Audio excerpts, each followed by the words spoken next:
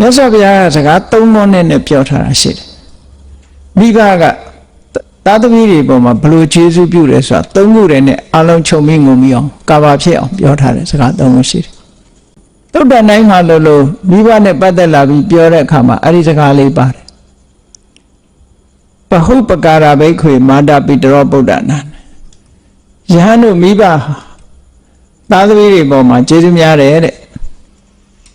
ဘာဖြစ်လို့ကျေးဇူးများတာတုံးဆိုအာပါဒကာအသက်ရှင်အောင်ဆောက်ရှောက်ခဲ့တယ်ဟောဒါတခုဟုတ်တယ်လေမိခင်ကမလိုချင်ခဲ့ဘူးဆိုလို့ရှိရင်အစောကြီးပဲဖယ်ရှားပြစ်လို့ရတာ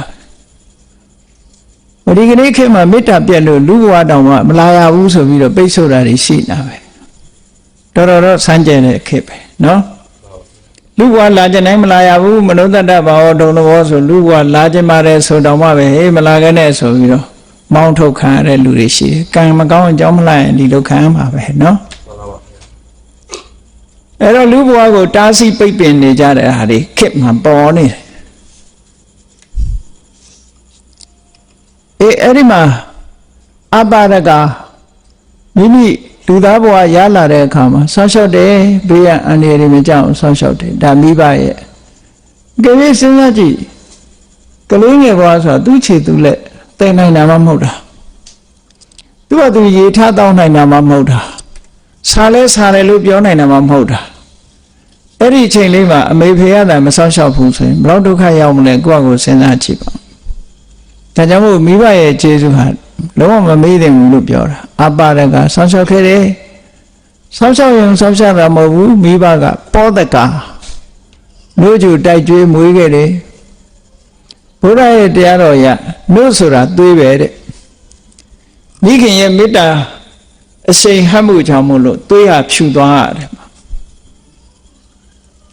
မိခင်ရဲ့နှလုံးသားထဲကမေတ္တာစွမ်းအားနဲ့ညီရဲနေတဲ့သွေးလေးဟာဖြူစင်သွားဖြူဆွတ်သွား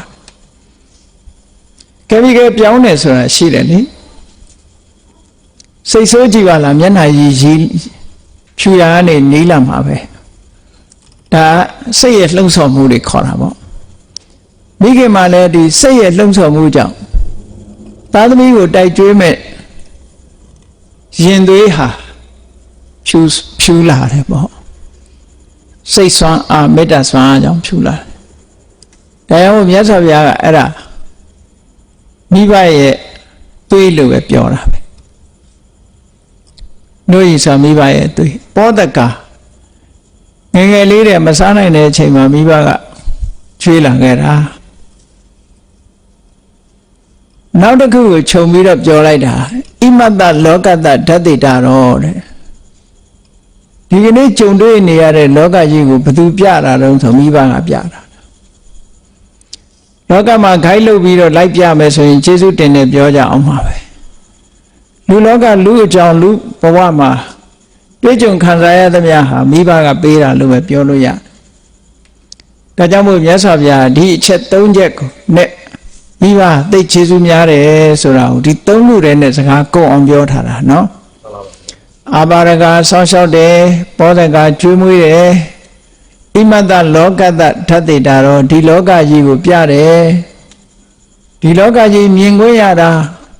လူအတိုင်းဝိုင်းနဲ့ရောက်ခွင့်ရတာမိဘရဲ့ကျေးဇူးပဲလို့ဒီလိုဆိုလို့တယ်အဲ့ဒီသုံးပါဒါမိဘရဲ့ကျေးဇူးတရားပဲ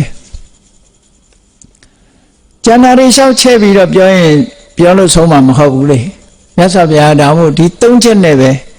မိဘရဲ့ကျေးဇူးဆိုတာကိုဖော်ကျူးပြီးတော့သုတ္တန်ဒီမှာဟောထားခဲ့တာ